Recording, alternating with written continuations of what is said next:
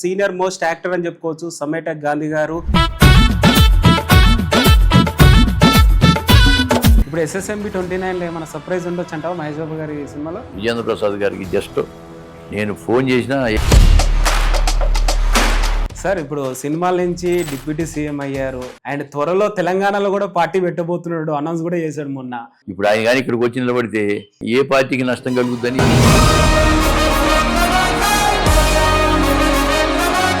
ఇప్పుడు పవన్ కళ్యాణ్ గారు మేబీ ఇక్కడ పార్టీ పెట్టి మీలాంటి యాక్టర్స్ ని గుర్తించి టికెట్ ఇస్తే మనకు ఆ ఇంట్రెస్ట్ కూడా కావాలిగా.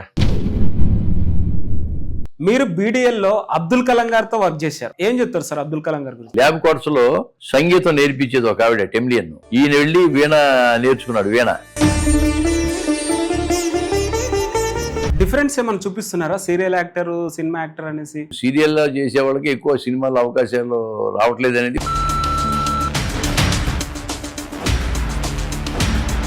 సరే ఈ మధ్యకాలంలో తెలంగాణలో నంది అవార్డ్స్ నుంచి గద్దర్ అవార్డ్స్ గా చేశారు కదా. నంది అవార్డ్స్ కున్నంత ప్రాచుర్యం. సార్ మీరు సీనియర్ మోస్ట్ యాక్టర్, చాలా మందితో స్క్రీన్ షేర్ చేసుకున్నారు, చాలా మందితో కలిసారు. గద్దర్ గారితో ఏమన్నా అనుబంధం ఉందా? ఒక సినిమాకి నన్ను వేషానికి కానీ పిలిపించాడు నారాయణమూర్తి గారు. నేను వెళ్తే అక్కడ ఒక ముగ్గురు నలుగురు బయట కూర్చున్నారు, ఆపారు. రాజమౌళి గారి డైరెక్షన్ లో కానీ వాళ్ళ ఫ్యామిలీలో ఏదైనా ఒక ప్రాజెక్ట్ చేస్తే నెక్స్ట్ రాబోయే ప్రాజెక్టులు ఫ్లాప్ అయ్యే ఛాన్స్ ఉంది అనేసి కూడా ఒక టాక్ ఉంది. అదేమన్నా మీకు ఎఫెక్ట్ అయిందంటారా? ఫైనల్ గా ఈ అవార్డ్స్ మీకు నంది అవార్డ్స్ వచ్చినాయి, ఇంకా ఎక్సెట్రా చాలా అవార్డ్స్ వచ్చినాయి.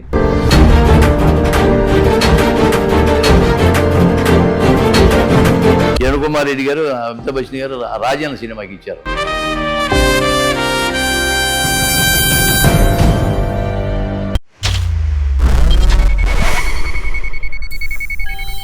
హాయ్ హలో నమస్తే, welcome to our channel. So guys మన ముందు అయితే ఒక స్పెషల్ గెస్ట్ అయితే ఉన్నారు, సీనియర్ మోస్ట్ యాక్టర్ అని చెప్పుకోవచ్చు సమ్మేట గాంధీ గారు. అండ్ రాజా సాబ్, వకీల్ సాబ్ తో ప్రజలకి చాలా దగ్గర అయ్యారు. అలాగే ఇప్పుడు కూడా చాలా మూవీస్ చేసి ఇంకా ప్రజలకు దగ్గర అయ్యారు. సో ప్రజెంట్ లైఫ్ ఎలా ఉంది, ఫ్యూచర్ ప్రాజెక్ట్స్ గురించి అడిగి తెలుసుకుందాం. ఎస్పెషల్లీ పద్యాలు వాడతారు చూడు, పద్యాలకు కూడా చాలా పెద్ద ఫ్యాన్స్ ఉన్నారు తెలుగు ప్రజలు. సో ఈరోజు కూడా మన ఛానల్లో పాడిద్దాం, వినిపిద్దాం. సో చాలా క్వశ్చన్స్ ఉన్నాయి, అడిగి తెలుసుకుందాం. ఇంకెందుకు ఆలస్యం. Sir hi. సార్ హాయ్, నమస్కారం. ఈ వీడియో వీక్షిస్తున్న ప్రేక్షక దేవుళ్ళందరికీ నా హృదయపూర్వక నమస్సుమాంజలుడు. చెప్పండి మహేష్. సార్ ఎలా ఉన్నారు? అంతా ఓకే, హ్యాపీ. నువ్వెలా ఉన్నావు? సూపర్ సార్, మిమ్మల్ని చూస్తుంటే ఇంకా జోష్ వచ్చింది మమ్మల్ని. అవునులే. ఓకే చెప్పండి సార్, ఎట్లా నడుస్తుంది లైఫ్? బాగుంది. అన్ని సినిమాలు బాగానే ఉంది.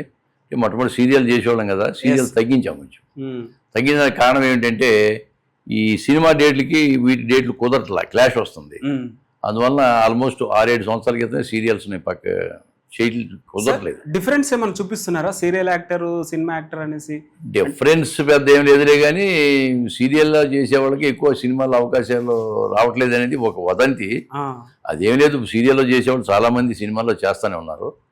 నాకైతే అటువంటి ప్రాబ్లం రాలేదు.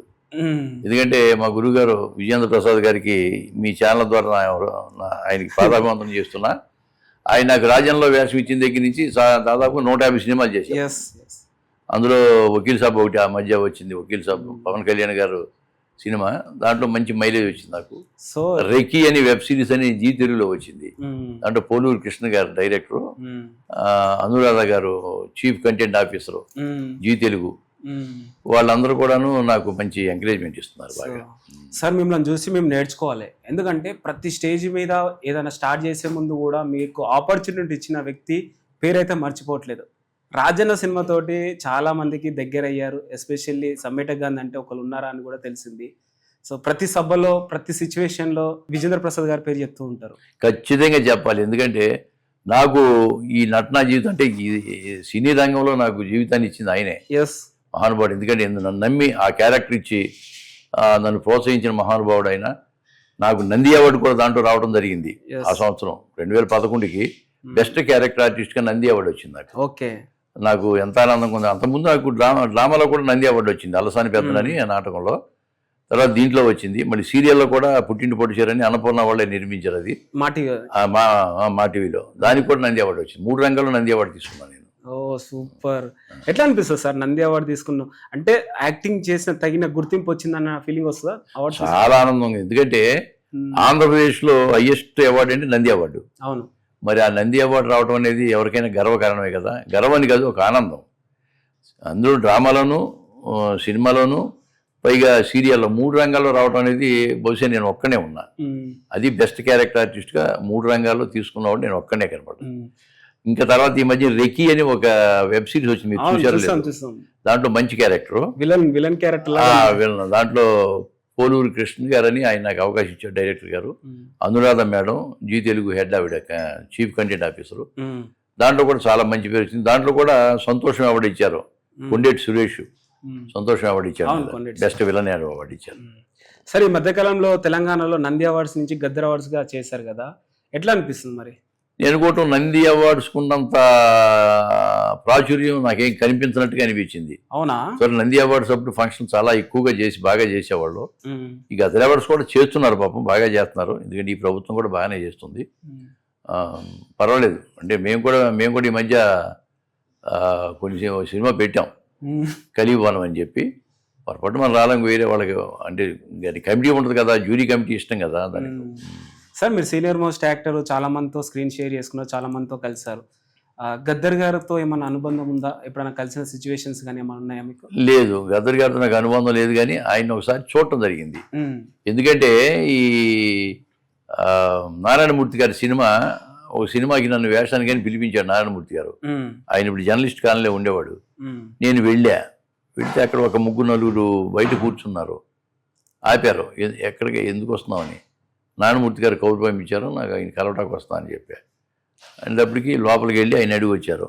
ఆయన లోపల పంపించడంటే నేను లోపలికి వెళితే నారాయణమూర్తి గారిని గద్దర్ గారు కూర్చున్నారు. అప్పుడు ఫస్ట్ టైం చూసా. నమస్తే సార్, మేము చూడటం చాలా ఆనందంగా ఉందంటే, అన్నగారి సినిమా బాగా చేయండి అని అన్నాడు ఒక మాట. అప్పుడు పరిచయం తప్పితే నాకు వేరే పరిచయం లేదు. ఓకే. అండ్ సమ్మెట గాంధీ గారు యాక్టర్గా చాలా మంది తెలుసు. సో ఎక్కడ పుట్టారు, ఎక్కడ చదివారు, ఎక్కడ అనేసి కూడా కొంతమంది తెలియచ్చు, ఇంకో మంది తెలియకపోవచ్చు. ఏం చెప్తారు? నాది మచిలీపట్నం దగ్గర పెడన మండలం, నేలకొండపల్లి అని చిన్న గ్రామం. ఓకే. మా ఊళ్ళంతా 150 ఇళ్ళే ఉంటాయి. అంతా రైతువారి కుటుంబాన్ని, వ్యవసాయం మొత్తం. మా ఫ్యామిలీ కూడా వ్యవసాయమే. నాకు 3 అన్నయ్యలు, 3 అక్కయ్యలు, అందరూ వ్యవసాయం ఉన్నారు. నేను ఒక్కడనే చదువుకుని బయటకు వచ్చా. మా నాన్నగారు, మా అమ్మగారు ఇప్పుడు కాలం చేశారు అనుకోండి. ఆయన నన్ను చదివించారు. తర్వాత నేను రాధాబాయి గారని, ఆవిడ ద్వారా వాళ్ళ సిస్టర్స్ ఎక్కువ ఉంటే నేను ఐడియావిడ వచ్చి ఇక్కడ జాబ్లో సెటిల్ అయ్యాను. సెటిల్ అయిన తర్వాత BDLలో 74లో BDLలో జాబ్ వచ్చింది నాకు, భారత డైనమిక్స్, డిఫెన్స్. దాంట్లో వర్క్ చేశాను, 33 years వర్క్ చేశాను. 2005లో నేను బయటకు వచ్చేసాను. 2005లో వాలంటీర్ రిటైర్మెంట్ తీసుకుని బయటకు వచ్చాను. వచ్చిన తర్వాత ప్రయత్నాలు చేస్తా ఉండగా నాకు రాజ్యాంగం తగిలింది. ఓకే సార్, యాక్చువల్గా మీకు ఎవరు ఇన్స్పిరేషన్ సార్? అంటే నాటక రంగం నుంచి నాటకాలు వేస్తూ సినిమా యాక్టర్గా చేశారు, సీరియల్స్ చేశారు, చాలా రకరకాల చేస్తూ ఉంటారు. సో ఎవరు మీకు ఇన్స్పిరేషన్ ఇవన్నీ చేయడానికి? ఏ ఇన్స్పిరేషన్ ఏం లేదు. మామూలుగా నేను నాటకాలు వేసేవాళ్ళం. 8th క్లాస్ నుంచి మా క్లాస్ టీచర్ జానకిబాయి గారు నాటకాలు వేయించారు. నాటకాలు వేస్తూ ఇక్కడ ఐడియాబుల్ వచ్చిన తర్వాత BDLలో చేరిన తర్వాత నాటకాలు వేసే టీం ఒకటి కలిసింది. అది కలవటం నా లైఫ్ చేంజ్ అయింది. వాళ్ళతో పాటు వాళ్ళ టీంలో కలిసి చాలా నాటకాలు వేసాం. చాలా అవార్డ్స్, మొత్తం దాదాపు ఒక 200 అవార్డ్స్ నాకు నాటకాల్లో రావటం జరిగింది. అలా నాటకాల దగ్గర నుంచి నేను రిటైర్మెంట్ తీసుకున్నాక 5 సంవత్సరాల ముందే ప్రయత్నం చేద్దాం, సినిమాలు సీరియల్ ప్రయత్నం చేద్దాం అనే ఉద్దేశంలో బయటకు వచ్చాం. నేను మా పిల్లలు 3 అప్పటికే చదువులు అయిపోయి సెటిల్ అయిపోయారు. కాబట్టి ఇట్లా బయటకు వచ్చి ట్రై చేస్తే సీరియల్స్ పడి నాకు బాగానే మంచి సీరియల్స్.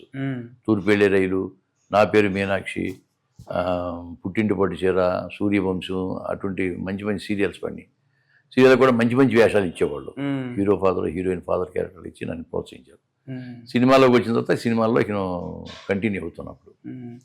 ఆబ్వియస్లీ సార్, మిమ్మల్ని చూస్తుంటే మా ఇంట్లో ఒక మనిషిని చూసినట్టు అనిపిస్తుంది, మనలో మనిషి అన్నట్టు అనిపిస్తారు.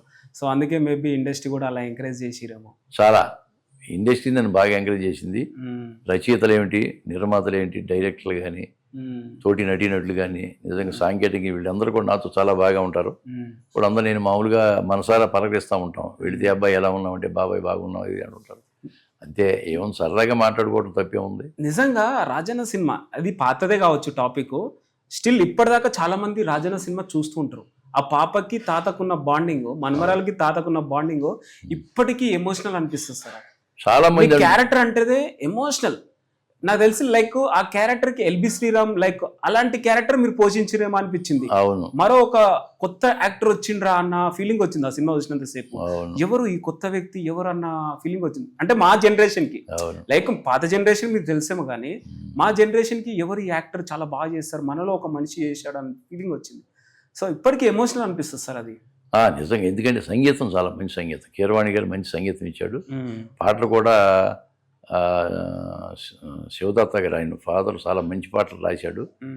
మాకేంటంటే విశేషం ఏంటంటే పాట రాసిన ఆయనకి పాట పాడిన వాళ్ళు కూడా నంది అవార్డు వచ్చిన సంవత్సరం. సినిమాకి వచ్చింది నాగార్జున గారికి 6 నంది అవార్డు వచ్చిన సంవత్సరం.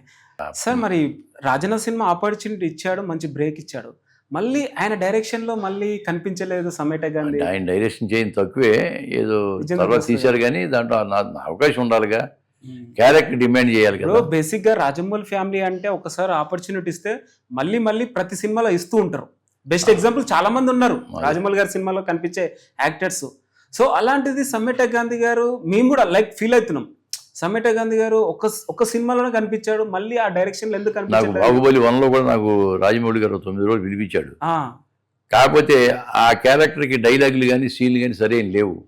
ఆయనే పిలిచి చెప్పాడు, గాంధీ గారు సరైన డైలాగులు లేవు, ఈ క్యారెక్టర్ కనపడదు ఎక్కువగా, ఏమనుకోవద్దు మీరు అనవసరం ఇది, ఎందుకంటే రాజన్లో అంత పెద్ద క్యారెక్టర్ చేశారు కదా, మీ ఫ్యూచరు దృష్టిలో పెట్టుకుని నాకు బాగోదు అనుకుంటున్నాను అంటే, పర్లేదు సార్ ఏం కాదు లేకపోతే రాలేదు సార్ అలా. ఎందుకంటే వాళ్ళకు ఉండదు కదా, రాజన్లో మంచి క్యారెక్టర్ చేశాడు కదా, ఈ సినిమాలో మంచి క్యారెక్టర్ పోతే బాగోదన్న అభిప్రాయం వాళ్ళకు కూడా కలుగుతుంది కదా.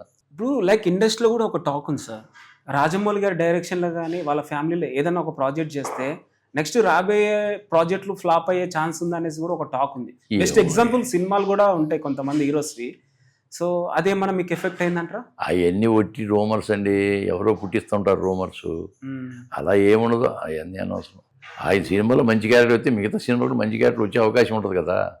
అవి చేసి అటువంటి సెంటిమెంట్లు నేను ఎక్కువ నమ్మనండి. ఓకే, ఇప్పుడు SSMB 29లో ఏమైనా సర్ప్రైజ్ ఉండొచ్చు అంటావా మహేష్ బాబు గారి సినిమాలో? లేదు, నేనైతే చేయలేదు.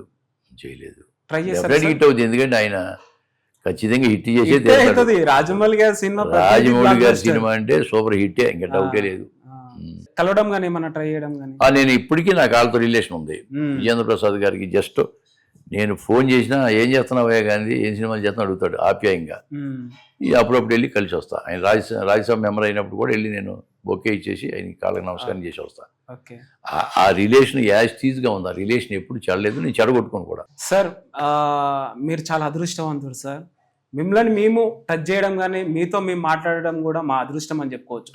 ఎందుకంటే మీరు BDLలో అబ్దుల్ కలాం గారితో వర్క్ చేశారు. అవును, లెజెండరీ అబ్దుల్ కలాం గారిని ఒక్కసారి కలిస్తే ఎంతో మంది హ్యాపీగా ఫీల్ అయ్యేటోళ్ళు, ఒక్క ఫోటో దిగితే హ్యాపీగా ఫీల్ అయ్యేటోళ్ళు. అలాంటిది మీరు కలిసి వర్క్ చేశారు, మాట్లాడారు. అవును, సో అది మేము హ్యాపీ మూమెంట్ అని చెప్పుకోవచ్చు మీతో మేము మాట్లాడటం. చాలా.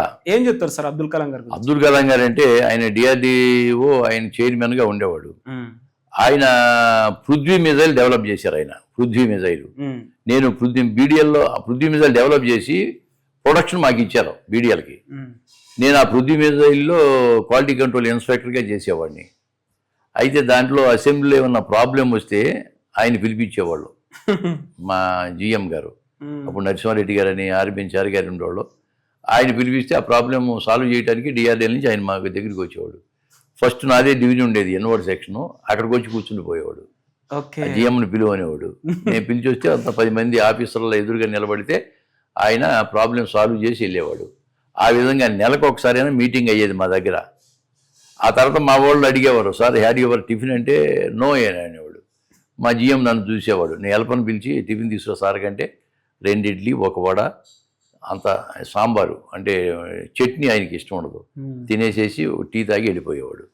ఆయనతో అంత అనుబంధం ఉంది, అంటే నెలకు మీటింగ్ పెట్టుకునే అనుబంధం ఉంది. అది కాకుండా ఆయన ల్యాబ్ క్వార్టర్స్లో ఉండేవాడు. అవును, నేనేమో సంతోష్ అక్కడి నుంచి 2 కిలోమీటర్లు అవుతా సంతోష్ నగర్ కాలనీలో ఉండేవాడిని 30 years. మేము అప్పటి నుంచి వాకింగ్ చేసేవాడు, మార్నింగ్ వాకింగ్ అలవాటు నాకు. సంతోష్ నగర్ నుంచి ల్యాబ్ క్వార్టర్స్ వరకు నేను 2 kilometers వాకింగ్ చేసుకుంటూ వెళ్ళాడు పొద్దున్నే. ఆయన ల్యాబ్ క్వార్టర్స్ నుంచి ఒక స్టిక్ పట్టుకుని ఆయన మాకు ఎదురు వస్తూ ఉండేవాడు సంతోష్ నగర్ వరకు. అలా డైలీ ఆయన చూసే భాగ్యం మాకు కలిగింది. ఆయన ప్రెసిడెంట్ అవుతాన్ని ఎవరూ ఊహించలేదు. సెంట్రల్ గవర్నమెంట్కి టెక్నికల్ అడ్వైజర్ అవుతాడని, తర్వాత ప్రెసిడెంట్ అవుతాడని ఎవరు ఊహించలేదు. ఆర్ఎస్ఎస్ నాయకుడు సార్ ఏమన్నా అబ్దుల్ కలాం గారు?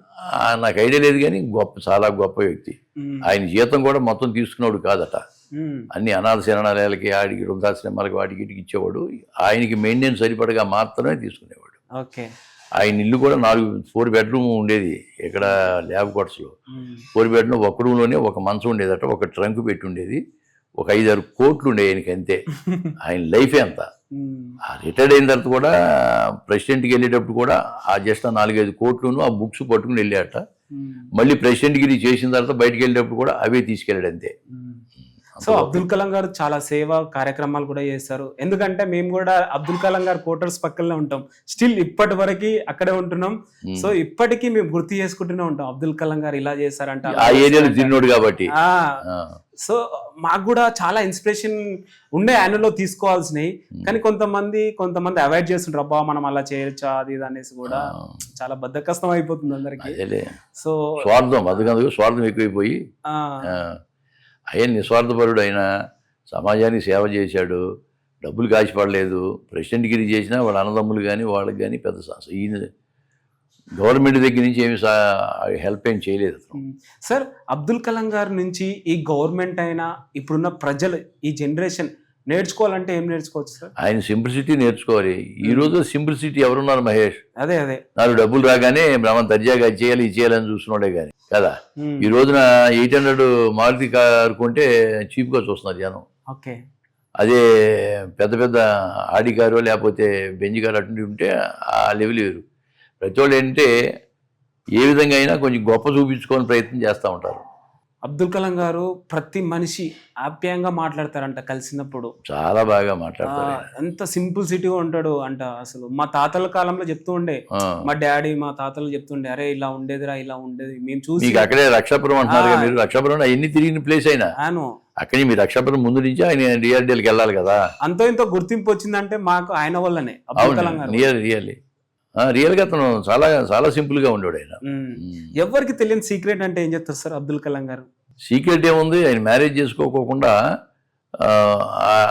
ఆయన సర్వీస్ని దేశానికి అంకితం చేశాడు. ఇంకోటి ఉంది, ల్యాబ్ కోర్స్ లో సంగీతం నేర్పించేది ఒక ఆవిడ టెమ్లియన్. ఈయన వెళ్ళి వీణ నేర్చుకున్నాడు, వీణ నేర్చుకున్నాడు. తర్వాత ఈయన ప్రెసిడెంట్ అయిన తర్వాత హైదరాబాద్ వస్తే ప్రోటోకాల్ లేకుండా వెళ్ళి ఆవిడ ఇంటికి వెళ్ళి ముందు వాళ్ళ ఇంటికి వెళ్ళి పలకరించి వాళ్ళ ఇంట్లో భోజనం చేసి వచ్చాడు. అంటే ఆయన సంగీతం అంటే అంత ఇంట్రెస్ట్ ఆయనకి. సంగీతమే కాదు, ఇదే ముస్లిం అయినా కానీ భగవద్గీత శ్లోకాలు బ్రహ్మాండంగా చదివేవాడు ఆయన. అంత గొప్ప మనిషి అబ్దుల్ కలాం గారు. ఎక్కువ దేనిపైన ఫోకస్ ఉంటుండే సార్ అప్పట్లో? అంత సైంటిస్ట్ అంతే. ఇప్పుడు రీసెర్చ్ కనిపెట్టిన దాంట్లో ఇప్పటికీ యూజ్ చేసేదంటే ఏం చెప్తారు? మిజైల్ ఉందిగా, పృథ్వీ మిజైల్ ఉందిగా మాది, అదే తార్కాణం పృథ్వీ మిజైల్. దాని తర్వాత మళ్ళీ ఆకాశాన్ని అవన్నీ చాలా వచ్చినాయి. పృథ్వీ మిజైల్ కూడా మంచి రేంజ్ కదా, 250 కిలోమీటర్స్ రేంజ్. మన దగ్గర బాగా తయారు చేసాం మేము. సార్ మీరు చాలా అదృష్టవంతుడు సార్, అబ్దుల్ కలాం గారితో వర్క్ చేశారు అండ్ రాజన్నలో కూడా మంచి క్యారెక్టర్ చేశారు. సో మళ్ళీ ఇంకో లక్కీ వచ్చిందంటే చాలా ప్రౌడ్గా చెప్పుకోవచ్చు. ఇంకో లక్ వకీల్ సాబ్ మూవీలో పవన్ కళ్యాణ్ గారితో స్క్రీన్ షేర్ చేసుకున్నారు. Full length character. అబ్బా మనలో ఒక మనిషి కొట్టారా అనే ఫీలింగ్ వచ్చింది వకీల్ సాబ్ చూసినంత సేపు. వకీల్ సాబ్ నాకు అవకాశం ఇచ్చిన మన వేణుశ్రీరం గారి దర్శకుడికి, అలాగే కో డైరెక్టర్ బాబీ గారికి, దిల్ రాజు గారికి నేను చాలా రుణపడి ఉన్నాను. దాంట్లో అటువంటి క్యారెక్టర్ నాకు ఇస్తారనుకోలేదు. ఆ క్యారెక్టర్ అనుకోవటం ఆలీ గారు లేకపోతే తనికల భరణి గారు అటువంటి వాళ్ళు చేయవలసిన క్యారెక్టర్. అటువంటిది నా మీద నమ్మకం చేత వేణు శ్రీరామ్ గారు ఇవ్వటం అనేది నా అదృష్టంగా భావిస్తున్నా. అందులోనూ పవన్ కళ్యాణ్ గారు అంటే ఆయనకు ఉండే ఫ్యాన్ ఫాలోయింగ్ మామూలు కాదు కదా. ఆ సినిమా చూసిన తర్వాత నాకు మంచి మైలేజ్ వచ్చింది, మంచి క్యారెక్టర్ చేశారని చాలా చాలా మంది పొగిడారు. పవన్ కళ్యాణ్ గారు ఆఫ్ స్క్రీన్ లో ఎలా ఉంటాడు సార్ మామూలుగా?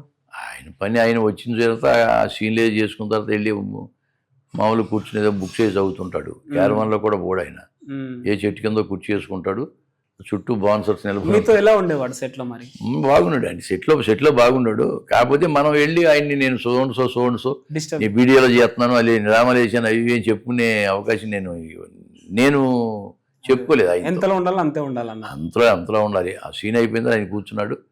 ఒక మాట చెప్పాలంటే 20 రోజులు ఆయనతో చేసి నేను కనీసం ఆయన ఫోటో కూడా దిగల నేను. అరే ఒక్క ఫోటో ఆయనతో ఫోటో ఆయన హ్యాపీ లేదు సార్ ఆ బిగ్ స్క్రీన్ చాలా నువ్వు ఫోటో దిగొచ్చు కదా అంటారు. ఎందుకు ఆయన అప్పటికే రాజకీయాల్లో ఉన్నాడు, ఆ రాజకీయాల గురించి ఆయన వచ్చే సీన్ గురించి ఆలోచిస్తూ ఉంటాడు. మనం వెళ్ళి డిస్టర్బ్ చేయటం ఎందుకు అనవసరంగాను. నేను చేసిన హీరోలు ఎవరి ఫోటోలు నా దగ్గర లేవు. అంటే ఎందుకంటే వాళ్ళని డిస్టర్బ్ చేయడం అనవసరం నా ఉద్దేశం. అది డిస్టర్బ్ చేయకూడదు. ఇవాళ సీన్ మీద కాన్సన్ట్రేషన్ పెడతారు. అందువల్ల మన పని ఏదో మనం చూసుకురావటం అంతే. ఎలాగో సినిమాలో చూస్తూనే ఉంటారు కదా సార్. ఇప్పుడు సినిమాల నుంచి డిప్యూటీ సీఎం అయ్యారు అండ్ త్వరలో తెలంగాణలో కూడా పార్టీ పెట్టబోతున్నాడు, అనౌన్స్ కూడా చేశాడు మొన్న. పార్టీ ఉంది తెలంగాణ పార్టీ పెట్టడం ఉంది, కానీ తెలంగాణలో జనసేన తేపోతున్నాడు అంట. చేస్తాడు. ఆయనకి అభిమానులు ఉన్నారు, ఎక్కడ కూడా అభిమానులు ఉన్నారు కదా, వాళ్ళు ఫోర్స్ ఇస్తారు కదా. జనసేన మేము ఉన్నాం కదా, మేము నిలబడతాము, మేము ప్రచారం చేసుకుంటాం, మాకు అవకాశం ఉండని అడుగుతున్నారు. దానికి కాదని లేకపోతున్నాడు. కొంతమంది వ్యతిరేకిస్తున్నారు. ఒక ఆటం బాంబులు అంటాడు ఆయన ఎవరు ముట్టుకున్నా కానీ ప్రమాదం ఇది. కాబట్టి ఆయన వదిలేస్తే బెటరు కదా. ఇప్పుడు ఆయన కానీ ఇక్కడికి వచ్చి నిలబడితే ఏ పార్టీకి నష్టం కలుగుద్దని ఎవరు చెప్పలేకపోతున్నారు. ఇప్పుడు అంత కెపాసిటీ ఉందంట తెలంగాణలో. పాజిటివ్ ఉండే ఉంటారు కదా, అభిమానులు ఉంటారు కదా మహేష్. అభిమానులు లేకుండా ఉంటారు కదా. ఇప్పుడు ప్రభుత్వం ఉంది, ప్రభుత్వానికి అందరూ ఫాలోయింగ్ ఉంటారా? 100% ఉంటారు కదా. కొంతమంది వ్యతిరేకత ఉంటారు. ఇప్పుడు చేసే ప్రభుత్వం మీద కూడా వ్యతిరేకత చాలా మంది ఉంటారు, ఫాలోయింగ్ ఉంటారు. మనం ఏం చెప్పలేం ఏ విధంగా జరుగుతుందని తెలీదు. కాకపోతే అంటే అతను అన్యాయంగా ఏ ప్రాంతానికి అన్యాయం చేయలేదు. ఆయన తోచింది ఏంటో ఆయన సొంత డబ్బులే ఖర్చు పెట్టినోడు తప్పితే వేరే అవకాశం వల్ల ఆయన ఓన్ డబ్బులే ఖర్చు పెట్టాడు చాలా. త్వరలో సమెట గాంధీ గారు జనసేన పార్టీ నుంచి మన టికెట్ ఆశిస్తున్నారా? అబ్బే అసలు నాకు రాజకీయం మాట్లాడుకోవటం వరకు ఓకే, కానీ మన రాజకీయాల్లో ప్రవేశించడం ఎందుకు సార్? తమిళనాడులో టీవీకి ఎంతో మంది యాక్టర్స్ కి ఇచ్చారు, డ్రైవర్స్ కి ఇచ్చారు ఆపర్చునిటీ. మరి త్వరలో ఊహించుకుంటూ వచ్చాడు ఆయన. ఎగ్జాక్ట్లీ.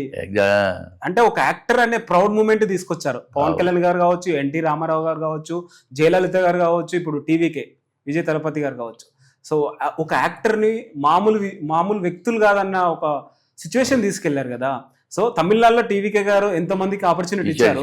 ఇప్పుడు పవన్ కళ్యాణ్ గారు మేబీ ఇక్కడ పార్టీ పెట్టి మీలాంటి యాక్టర్స్ ని గుర్తించి టికెట్ ఇస్తే, ఎందుకంటే మొట్టమొదటి నుంచి మేము ఆ పార్టీలో లేము. పార్టీలో ఉండి వర్క్ చేసేవాళ్ళు 3 మంది ఉన్నారు ఇక్కడ, వాళ్ళందరూ ఆశిస్తూ ఉంటారు. మనకు ఆ ఇంట్రెస్ట్ కూడా కావాలిగా. మీరు మద్దతు ఇస్తారా ఎవరా? మరి పెడితే మద్దతు ఎందుకేమో. ఇప్పుడు ఆయన కానీ పార్టీ పెడితే ఆయనకి ఓటేయటం వరకు ఓకే, అంతవరకు ఓకే.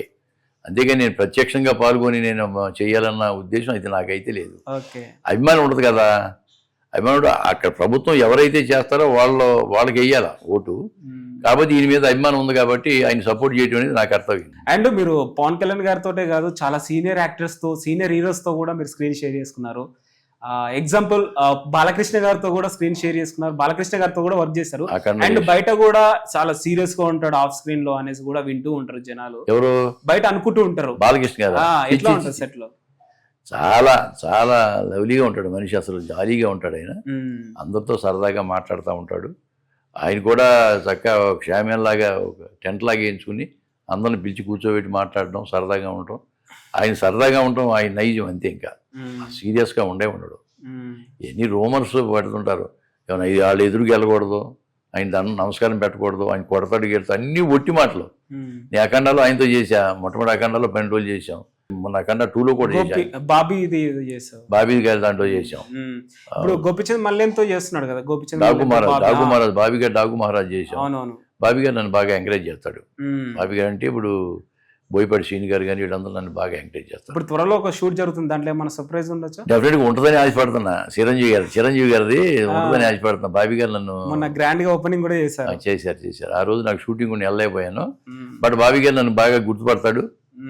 నేను కూడా మెసేజ్ పెట్టా, అవునుగా నేను రాలేకపోయాను సార్, ఏమనుకోవద్దు, మీరు బాగా మీ సినిమా సక్సెస్ అవ్వాలి మన కోరుకుంటానంటే థ్యాంక్ యూ గురూజీ అని పెట్టాడు. ఆ రిలేషన్ ఉంది కాబట్టి వేషం దాంట్లో పడుతుందని ఆశ నాకుంది. ఓకే. ఆఫ్ స్క్రీన్ లో ఎలా ఉంటారు సార్ చిరంజీవి గారు? ఆయన వాళ్ళందరూ ఒకటి మహేష్. ఏ హీరో అయినా వచ్చి ఇప్పుడు మీరు చెప్తే ఇప్పుడు జనరేషన్ కూడా నేర్చుకుంటారు సార్. ఎందుకంటే మీరు కలిసి వర్క్ చేశారు, సెట్ లో చూస్తుంటారు ఆఫ్ స్క్రీన్ లో ఎలా ఉంటారు ఏంటి అనేసి. ఇప్పుడున్న జనరేషన్ తెలియాలని నేను క్వశ్చనింగ్. అదే ఏ హీరో అయినా సరే వచ్చిన తర్వాత వాళ్ళ సీన్లు ఏంటో వాళ్ళు చూసుకుని వాళ్ళు దాన్ని వాళ్ళు వెళ్ళిపోతారు. అభిమానులు 3 మంది ఉండొచ్చు, వేరే విషయం. కాకపోతే అక్కడ ఏంటి, ఆయన వచ్చిన పని ఏంటి, ఆయన వచ్చిన సీను కరెక్ట్గా పండేట్టుగా చేస్తేనే సినిమా ఆడదు పాపం. ఉమ్, 100 కోట్లు పెట్టుబడి పెడతాడు ప్రొడ్యూసరు. ఉమ్, ఇప్పుడు ఈయన వచ్చి ఆడతలతో బాతాగాని కొట్టి ఆ సీన్ చేయకోకుండా వెళ్ళిపోయాడు అనుకో, ఎంత లాస్ అవుతాడు ప్రొడ్యూసరు? అది ఆలోచిస్తారు. ఉమ్, ఏ హీరో అయినా ఖచ్చితంగా అది ఆలోచించబట్టే హీరోలు అంతకాలం నిలబడగలుగుతున్నారు. ఉమ్, ఇప్పుడు మెగాస్టార్ చిరంజీవి గారు అనుకున్న టైంకి రావటం, ఆ సీన్ తెప్పించుకోవటం, క్యారవన్లో కూర్చుని సీన్ చదవటం, బయటకు వచ్చినా ఒకసారి 2 సార్లు రిహార్సల్ చేసుకోవటం, టేక్ వెళ్ళటం, అందరి హీరోల్ని నేను ఆ విధంగానే గమనించాను. సో ఇంకా వెంకటేష్ గారు ఇంకా ఇంకా పవన్ కళ్యాణ్ గారికి ఇంకొకటి డైలాగ్ ఉందనుకోండి, ఆ కూర్చుని నువ్వు కాగితం తీసుకుని రాస్తాడు. ఉమ్, అంటే ఒకసారి రాస్తే 10 సార్లు చదివినట్టు అంటారు కదా, ఉమ్, అందుకే డైలాగ్ అన్ని ఇలా రాసుకున్న తర్వాత చదువుకుని అప్పుడు కోడేట్ని పిలిచి డైలాగ్ అప్ చెప్పి టేక్ తీసుకుంటాడు. ఓ మరి సూపర్. అంత డిసిప్లిన్గా ఉండబట్టి వాళ్ళు మహా పెద్ద స్టార్లు అయ్యారు. మీరు ఎట్లా ప్రిపేర్ అవుతారు సార్ ఒక సీన్ ఇచ్చే ముందు? నేను ఒక సీన్ ఉన్నప్పుడు నేనేం చేస్తానంటే, డైరెక్షన్ డిపార్ట్మెంట్లో associate director, assistant director, co director ఉంటారు కదా, ఉమ్, వాళ్ళ నంబర్లు తీసుకుని అబ్బాయి ఆ సీన్ మేము రేపు ఏ సీన్ చేస్తున్నామో ఆ సీన్ నాకు కొంచెం పంపించండి అయ్యా ఉమ్. అని రిక్వెస్ట్ చేస్తాం. పంపుతారు, పీడిఎఫ్లో పంపుతారు. అంటే కొంతమంది పంపకపోవచ్చు, ఎందుకంటే ఇక్కడ లీక్ అవుతుందేమో సీన్ అనేసి కూడా. అట్లా జరగలా. ఆ. నేను చెప్తాం ఎక్కడ లీక్ చేయి, ఎవరికి బయటికి వెళ్దయ్యా అని చెబుతాం. నాకు ఇంతవరకు అందరూ పంపించిన కుర్రాళ్ళే అలాగే బాబాయ్ అని పంపుతారు. ఆ సీన్ నైట్ కూర్చుని నేను చదువుకుంటా, మంచం మీద కూర్చొని చదువుకుని అద్దం ముందు ప్రాక్టీస్ చేస్తాను చాలాసేపు. ఉమ్. నెక్స్ట్ డే వెళ్తాం. వెళ్ళిన తర్వాత మనకి ఈజీగా ఉంటుంది. ఇంకా ఎవరితో ఎప్పుడైనా కాంబినేషన్ ఇబ్బందిగా ఫీల్ అయ్యారా సార్? అంటే అసలు ఎప్పుడు సూపర్ స్టార్ ల ముందు నేను చెప్తున్నా, కరెక్ట్గా చెప్తున్నా, 150 సినిమాల్లో చేసిన అన్ని సీన్లు ఏ సీన్లో కూడా డైలాగ్ చెప్పడానికి నేను ఎప్పుడు ఇబ్బంది ఫీల్ కాలా. ఓకే ఎప్పుడు ఇబ్బంది కాలేదు. సాధారణంగా సింగిల్ టేక్లోనే ఓకే అవుతుంది, ఓకే. లేదంటే ఓ 2 టేక్ మళ్ళీ తీసుకోవచ్చు, ప్రాబ్లం లేదు. ఇన్ని సినిమాలలో మీకు ఛాలెంజింగ్ అన్న రోల్ ఏదైంది సార్? ఛాలెంజింగ్ లా మొట్టమొదటి అది రాజన్నే ఛాలెంజ్ చేశాం. తర్వాత పవన్ కళ్యాణ్ దగ్గర చేశాం కాబట్టి అది కొంచెం పెద్ద హీరోతో కాబట్టి కొంచెం భయపడతా చేయాల్సి వచ్చింది. వేణు శ్రీరామ్ గారు కూడా చాలా ఎంకరేజ్ చేశాడు నాకు, బాగా ఎంకరేజ్ చేశాడు. సో వెంకటేష్ గారు ఎలా ఉంటారు సార్ ఆఫ్ స్క్రీన్ లో? వెంకటేష్ గారు నేను దృశ్యం 2లో చేసి వెంకటేష్ గారు అవును. నా డైలాగ్ అయ్యారని చెప్పేసిన తర్వాత నన్ను అడిగాడు, ఏంటంటే మీరు స్టేజ్ ఆర్టిస్టా అన్నాడు. అవును సార్ అన్న. అదే మీరు సింపుల్గా చెప్తున్నారు డైలాగు, చాలా హ్యాపీ అని. ఎవరి మీది గుంటూరా అన్నాడు. కాదు సార్ హైదరాబాదే, నేను రాజ్యంలో చేశాను సార్ ఫస్ట్ టైం అని చెప్పా. రాజ్యంలో ఏ క్యారెక్టర్ అని మీరు చేసింది అన్నాడు. అమ్మాయిని పెంచే తాతోషం. చాలా మంచి వేషం కదండి ఇది. అవునండి చాలా మంచి వేషం, విజేంద్ర ప్రసాద్కి మంచి వేషం ఇచ్చారండి అన్న. ఆ తర్వాత చాలా గౌరవంగా మాట్లాడాడు. సార్ నిజంగా రాజన్న అంటున్నారు కదా, రాజన్నలో మీకు మన్మరాల్ క్యారెక్టర్ వేసింది కదా పాప. యాని ఆ పాప ఇప్పుడు ఎలా ఉంది ఏంటి? తర్వాత ఏదో ఒక సినిమాలు 2 సినిమాలు హీరోయిన్కి వచ్చినట్టుంది. అవునవును. పెద్ద సక్సెస్ అవ్వలేదు అనుకుంటా. మంచి ఆర్టిస్టు, చాలా బార్న్ ఆర్టిస్ట్, అది మామూలు కాదు. అది చేసే ముందు భయపడి ఉండే దాంతో చేయడానికి, ఎందుకంటే అది ఈజీగా చేసేది, నేను కొంచెం జాగ్రత్తగా చేయవలసి వచ్చేది అనమాట. అప్పుడు పిల్లగా ఉన్నప్పుడే బాగా చేసింది, బాలనటిగా చాలా చేసింది ఆవిడ. చాలా మంచి ఆర్టిస్ట్ అది. ఓకే. అండ్ ఇప్పుడు next generation Allu Arjun and Mahesh Babu, Prabhas, వీళ్ళతో ఎలా ఉంటుంది సార్ స్క్రీన్? మహేష్ బాబుతో నేను భర్తని నేను చేశాను. మహేష్ బాబుతో. అల్లు అర్జున్తో చేయలేదు వరకు నేను. అల్లు అర్జున్ ఎట్లా అనిపిస్తుంది అల్లు అర్జున్ వర్క్, ఆ స్టైల్ చూస్తుంటే? బాగా చెప్తాడు, బాగా కష్టపడి పైకి వచ్చాడు కదండి. చాలా కష్టపడి పైకి వచ్చిన ఐకాన్ స్టార్ అయిపోయింది ఇప్పుడు. అవును, మొట్టమొదటి సినిమాకి ఇప్పుడు సినిమాలకి ఎంత. అవును, చాలా. ఓకే. ప్రభాస్తో కూడా నేను చేయలే. ఇప్పుడు ఫౌజీలో అవకాశం అనురాగు ఇప్పుడు గారు ఇస్తారని చెప్పి అనుకుంటున్నా. ఎందుకంటే ఆయన కృష్ణ గారి వీర ప్రేమగా చేసి అయింది, దాంట్లో చాలా మంచి వేషం ఇచ్చాడు నాకు. ఆయన చాలా మంచి వేషం ఇచ్చాడు. పరిచయం ఉంది, కలిసి ఒకసారి కలిస్తే గాంధీ గారు చాలా సంవత్సరాలు అయిందండి అని చెప్పి ఆప్యాయంగా పిలిచి, కోడేట్ని పిలిచి గాంధీ గారి పేరు నోట్ చేసుకోండి, గూడెం పెద్ద వేషం ఒకటి ఉంది, ఒక 20 రోజులు డేట్లు కావాలండి మీ అన్నాడు. ఓకే సార్ అన్నాం. మళ్ళీ తర్వాత పిలవలేదు, మరి ఏమైంది తెలియదు, మరి అది షూటింగ్ అయిందా లేదా కూడా తెలియదు. మళ్ళీ కలవాలని వెళ్ళి, ఎందుకంటే మనం ఆ పలానా క్యారెక్టర్ ఉందంటే సమ్మిడి గాంధీ అయితే బాగుంటుందని గుర్తుకొస్తే బాగుంటుంది మనకి. ఈ మనం 4 సార్లు తిరగటం ఎందుకు అని చెప్పి నేను కూడా వెళ్ళైపోయాను. పిలుస్తాడనే అనుకుంటున్నాం. ఎప్పుడైనా అనిపించిందా సార్ బీడీఏలో జాబ్ చేసి ప్రశాంతంగా ఉన్న టైంలో ఇక్కడ ఇండస్ట్రీకి వచ్చి ఎప్పుడైనా ప్రాబ్లమ్స్ ఫేస్ చేసిరా? నేనే అసలు ఊహించలేదు. ఏదో నాటకాలు వేసుకుందాం, సీరియల్లో ట్రై చేద్దామని బయటకు వచ్చాము. దానికి తగ్గట్టు రాజ్యంలో పిలిపించారు. కేఎల్ ప్రసాద్ గారిని ఆయన పిలిపించాడు, రైటరు. పిలిపించి ఆడిషన్ చేసి ఓకే చేశారు. ఆ తర్వాత ఈ సినిమాల అవకాశాలు వస్తానే ఉన్నాయి. ఇప్పటికి 150 సినిమాలు చేశాను. దాంట్లో మంచి మంచి సినిమాలు చేశాను. అందరూ డైరెక్టర్లు కానీ రైటర్లు కానీ బాగా ఎంకరేజ్ చేస్తున్నారు, చేస్తున్నారు. సో ఇప్పటి వరకు సమ్మెట గాంధీ గారు అనుకున్న గుర్తింపు వచ్చిందా మరి? గుర్తింపు వచ్చింది అనుకుంటున్నా. ఎందుకంటే నేను బయటికి వెళ్ళి అనుకోండి, వెళ్ళినప్పుడు 10 మంది అడుగుతుంటారు, ఆబ్వియస్లీ. మీరు సినిమా యాక్టర్ కదండి, సీరియల్ ఆర్టిస్ట్ కదా, పలానా దాంట్లో చేశారు, దీంట్లో చేసి అడుగుతుంటారు, ఫోటోలు దిగుతుంటారు. దాన్ని బట్టి మరి గుర్తింపు వచ్చినట్టేగా. అంతో ఇంతో అబ్దుల్ కలాం గారి మేము చూస్తున్నాం. మీలో అబ్దుల్ కలాం గారు అయితే మేము నెలకోసారి చూసేవాళ్ళం, నెలకోసారి 2 సార్లు ఎందుకంటే చూసేవాళ్ళం. మీరు కూడా ఎంత మంచి క్యారెక్టర్ చేసినా, ఎంత బ్రేక్ వచ్చినా సింపుల్ గా ఉంటారు సార్. అవును, ఎప్పటికైనా ఏంటి అబ్బాయి మహేష్ చెప్పండి అని ఎంత సింపుల్ గా అంటారో, ఇక్కడ బయటకు వెళ్ళినా కూడా సింపుల్ సిటీగా వెళ్తుంటారు. లేదు, ఒక రకంగా చెప్పాలండి, నిజం చెప్పాలంటే అబ్దుల్ కలాం గారు ఆయన టైం పంక్చువాలిటీ, ఆయన డిసిప్లిన్ చూసిన తర్వాత ఎంతో కొంత మనం కూడా అలా మెయింటైన్ చేయాలనే ఒక దృక్పథం మాకు ఉండేది. నేను కూడా ఇప్పుడు సినిమాల్లో ఏదైనా ఉందనుకో, టైం ఉందనుకోండి, time punctuality perfect time punctuality maintain చేస్తాం. 7:30 విత్ మేకప్ అంటే 7:15 రెడీ అయ్యి కూర్చుంటాను కాస్ట్యూమ్ చేసుకుని. ఏనాడు టైం మిస్ కాలేదు. అంటే వాళ్ళు వెహికల్ పంపడం ఆలస్యం, వెహికల్ పలానా 7 గంటలకు వస్తుందంటే నేను 7:15 గంటలకి రెడీ అయ్యి కూర్చుంటాను. వెహికల్ వచ్చిన తర్వాత 1 నిమిషం కూడా వెహికల్ ఆపను నేను. అంత డిసిప్లిన్ మెయింటైన్ చేస్తాను, సిన్సియారిటీ డిసిప్లిన్ పక్క మెయింటైన్ చేస్తాను నేను. అవును సార్, మొన్న రామ్ చరణ్ గారు కూడా చెప్పారు, సిన్సియారిటీ డిసిప్లిన్ ఉంటే ఎంత స్థాయికైనా వెళ్ళగలుగుతాం అనేసి. ఎంత టాలెంట్ ఉన్నా ఇవి మెయింటైన్ చేయాలనేసి కూడా మన రామ్ చరణ్ గారు ఒక స్టేజ్ లో చెప్పారు. ఇప్పుడు ఒక అతను సపోజ్ 7 గంటల కంటే 10-11 గంటలకు వస్తాం మొదలెట్టి అనుకోండి, 7 గంటల కంటే 7 గంటలకి వెళ్ళి కూర్చున్నాను అనుకో, ఒకవేళ నాకంటే అతను మంచి పెద్ద ఆర్టిస్ట్ అయినా కానీ ఎందులైనా టైంకి రాడు, ఏడిపిస్తాడు, ఎందుకు వచ్చింది, గాంధీ గారిని పెట్టండి అంటారు. అలా అలా ఆ విధంగా నాకు ఆ టైం పంక్చువాలిటీ చేస్తాడన్న పేరు నాకు ఉంది. నాకు ఒక్క విషయం చెప్తా, తాండవ కృష్ణ గారని మేనేజర్ ఉన్నాడు.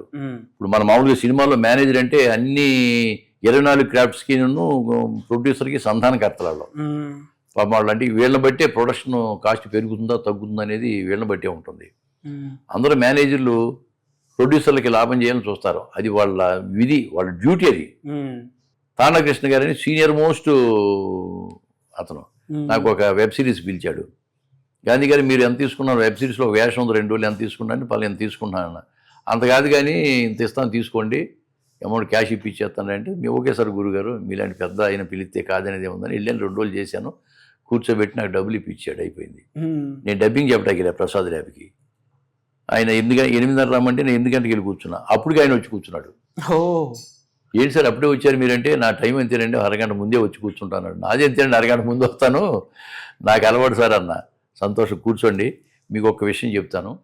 ఈ మధ్య మాకు మేనేజర్స్ మీటింగ్ అవుద్ది, మాది ప్రొడక్షన్ మేనేజర్, దాంట్లో 10 మంది అంతా కూర్చొని మాట్లాడుకుంటున్నాం. ఈ మధ్య వచ్చిన ఆర్టిస్టులో ఎవరు కొంచెం హ్యాపీగా చేసేవాళ్ళు అంటే, బాగా చేసే ఆర్టిస్టులు ఎవరు ఉన్నారంటే, మీ పేరు ఏదో వచ్చింది మాకు, సమ్మిడి గాంధీ గారు అని, అతను సిన్సియర్గా చేస్తాడు, టైం ప్రకారం వస్తాడు, అసలు ఇంత కావాలని డిమాండ్ చేయడు, ఫ్లెక్చువల్గా పోతాడు, అంటే మామూలుగా బడ్జెట్ని బట్టి పోతుంటాడు, అతన్ని ఎంకరేజ్ చేయాలనుకున్నారండి. మీరు ఆ విధంగా ఉండటం వల్లనే మీకు అవకాశాలు ఎక్కువ వస్తున్నాయి. మీరు అదే విధంగా ఉంటే 10 ఏళ్ల పాటు ఫీల్డ్లో ఉంటారు, ఇది గుర్తుపెట్టుకోండి అన్నాడు ఆయన. చెప్పాను, మీకు పెద్దవారు, మీకు బాగా అనుభవజ్ఞులు సినిమా ఫీల్డ్లో, తప్పకుండా అదే పాలసీ నేను మెయింటైన్ చేస్తాను సార్. ఒక సినిమా ఉందంటే నాకు ఇంతే కావాలి, ఇంత ఇస్తేనే వస్తాను అన్న మాట ఇంతవరకు లేదు. మీ బడ్జెట్ ఎంతయ్యా, ఇది ఎంత ఇవ్వగలరు, ఎంత ఇవ్వగలరు, అంత కాదు కానీ ఇంకెంత ఇవ్వయ్యా అని చెప్పేసి బతిమాలి ఏమన్నా రిక్వెస్ట్ చేస్తే వాళ్ళే కాదనరు.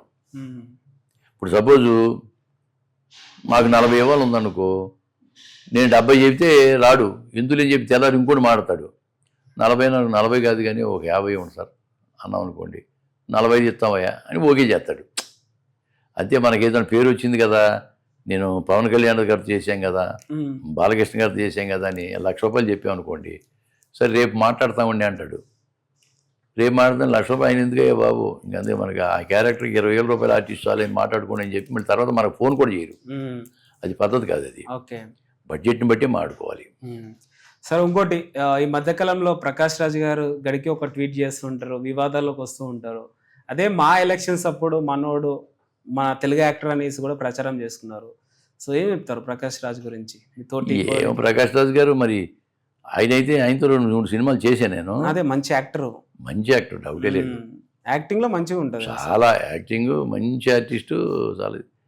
మరి ఆయన దగ్గర కూడా దాని కూడా ఉందంటారు, బాగా కొంచెం హెల్ప్ చేయటం కానీ హెల్పింగ్ నేచర్ అయ్యి ఉంది. కానీ మరి పాలిటిక్స్ వివాదంగా మాట్లాడటం అనేది ఆయన ఇష్టం, పర్సనల్ విషయం, మనం చెప్పలేము అది. ఎందుకంటే ఈ పాలిటిక్స్లో వివాద వ్యాఖ్యలు చేయకూడదు.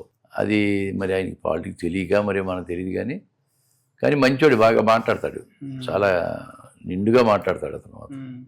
సార్ ఇది మా అసోసియేషన్ వల్ల యాక్టర్స్కి ఏ విధంగా ప్లస్ అవుతుంది సార్? యాక్చువల్గా మా ఎలక్షన్స్ అప్పుడు కూడా ప్రతి యాక్టర్ వెళ్ళి ఓటు వేయడము చేస్తూ ఉంటారు. సో మా అసోసియేషన్ వల్ల ప్రతి యాక్టర్కి ఎలాంటి యూజ్ఫుల్ అవుతుంది? ఎందుకంటే ఎలక్షన్స్ టైంలో కూడా ప్రచారాలు చేస్తుంటారు కదా. యూజ్ఫుల్ అంటే ఒకటే అవుతుంది మహేష్, హెల్త్ పాయింట్ ఆఫ్ వ్యూలో హెల్త్ ఇన్సూరెన్స్లు ఇప్పిస్తున్నారు బాగాను. దాని గురించి ఇప్పుడు తక్కువ రేటుకి మనకు కావాల్సిన ఇన్వెస్టిగేషన్ కానీ హెల్త్ గురించి అవి గురించి వాటిల్లో బాగా హెల్ప్ అవుతుంది ఆర్టిస్టులు కానీ వీళ్ళకి కానీ. సరే ఎవరైనా చనిపోతే వాళ్ళకి ఏదో 3 లక్షలు ఇవ్వటం ఏదో కొన్ని ఉన్నాయి అవకాశం. నేను కూడా మెంబర్నే, అది ఏమైనా ఉపయోగపడుతుందేమో. ఇప్పుడు అంతేగాని వేషాలు ఇప్పించడం అనేది వాళ్ళ వల్ల కాదు. మంచు విష్ణు గారు అప్పుడు ఆ టైంలో చెప్పారు కదా, తెలుగు యాక్టర్స్ని ఎంకరేజ్ చేయాలి, తెలుగు ఎస్పెషల్లీ తెలుగు ఫిలిం ఇండస్ట్రీలో తెలుగు వాళ్ళనే తీసుకోవాలనేసి కూడా పదే చెప్పి గెలిచారు మా అసోసియేషన్లో. సో ఆయన గెలిచిన తర్వాత ఏమైనా చేంజ్ ఓవర్స్ కనిపించినాయా? అంటే ఇది పాత విషయమే కానీ ఇప్పటికీ అది ఒక కన్ఫ్యూజన్ ఉంది. అదే ఇప్పుడు ఆయన గెలిచింది ఏంటంటే దీనికి ఒక బిల్డింగ్ కడతాము అని అన్నారు. ఆ బిల్డింగ్ ఇంతవరకు కట్టలేదు. దాని గురించి జనరల్ బాడీ మీటింగ్లో అడిగారు బిల్డింగ్ కడదామని. సరే మేము గవర్నమెంట్తో ఫాలోఅప్ చేస్తున్నాము, స్థలం ఇస్తా అన్నారు, ఇస్తే డెఫినెట్గా బిల్డింగ్ కట్టిస్తానని అతను అన్నాడు. దానికోసం ఎదురు చూస్తూ ఉన్నారు. ఎప్పుడైనా ఫీల్ అయ్యారా సార్? అంటే పలానా క్యారెక్టర్ మీకు చెప్పి వేరే బయట వాళ్ళని పెట్టి చేయించుకున్న సినిమాలు ఏమైనా ఉన్నాయా? అదే లేదు మనకి. నాకు ఏదైనా క్యారెక్టర్ అడిగితే ఆ క్యారెక్టర్ ఖచ్చితంగా నేనే చేసేవాడిని. వాళ్ళు ఎక్కడ క్యారెక్టర్ అయితే ఎక్కడ వస్తుంది, అమౌంట్ దగ్గర వస్తుంది. అమౌంట్ దగ్గర మీ బడ్జెట్ ఎంతయ్యా అని చెప్తాను, ఎంత అండి మా బడ్జెట్, అంత కాదు కానీ దాని మీద ఇంకొక రూపాయి ఎక్కువేసి ఇవ్వయ్యా అంటే కాదనరు ఎవరు కదా.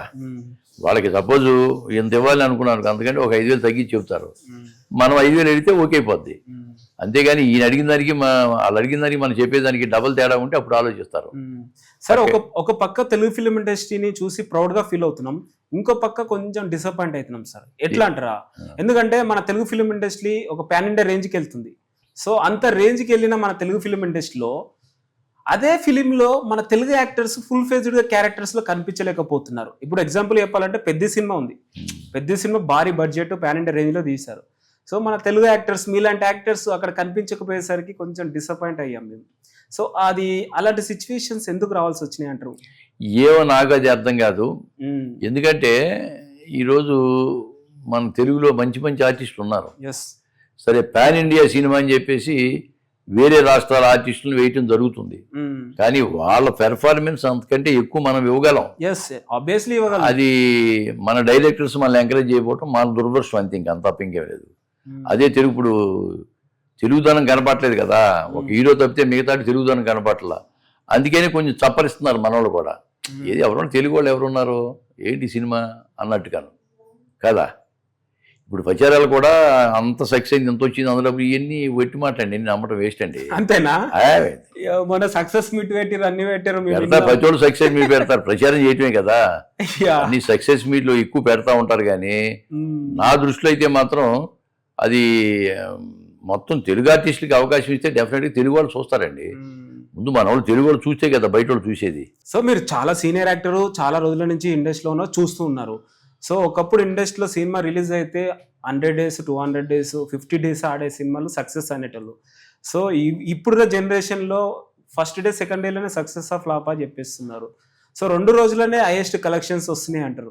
సో ఓవరాల్గా ఈ క్యాల్కులేట్ చేస్తుంటే ఒకప్పుడు బెస్ట్ అనిపిస్తుంది, ఇప్పుడు బెస్ట్ అనిపిస్తుంది. ఇప్పుడు ఎట్లా ఉండదంటే, ఇప్పుడు పెద్ద పెద్ద సినిమాలు అయితేనేమో పెద్ద డైరెక్టర్ పెద్ద హీరో చేస్తేనేమో ఫస్ట్ 2 days 3 days వెళ్తారు. మార్నింగ్ షో చూసిన తర్వాత కానీ సినిమా బాగోలేదంటే మ్యాచ్ నుంచి డల్ అయిపోతుంది. ప్రీమియర్ చేస్తున్నారు ఈ మధ్యలో, ప్రీమియర్ చేస్తారు, చూడగానే బయటకు వచ్చేస్తారు టాకు, లేకపోతే ఓవర్సీస్ అక్కడి నుంచి వస్తాయి రివ్యూస్.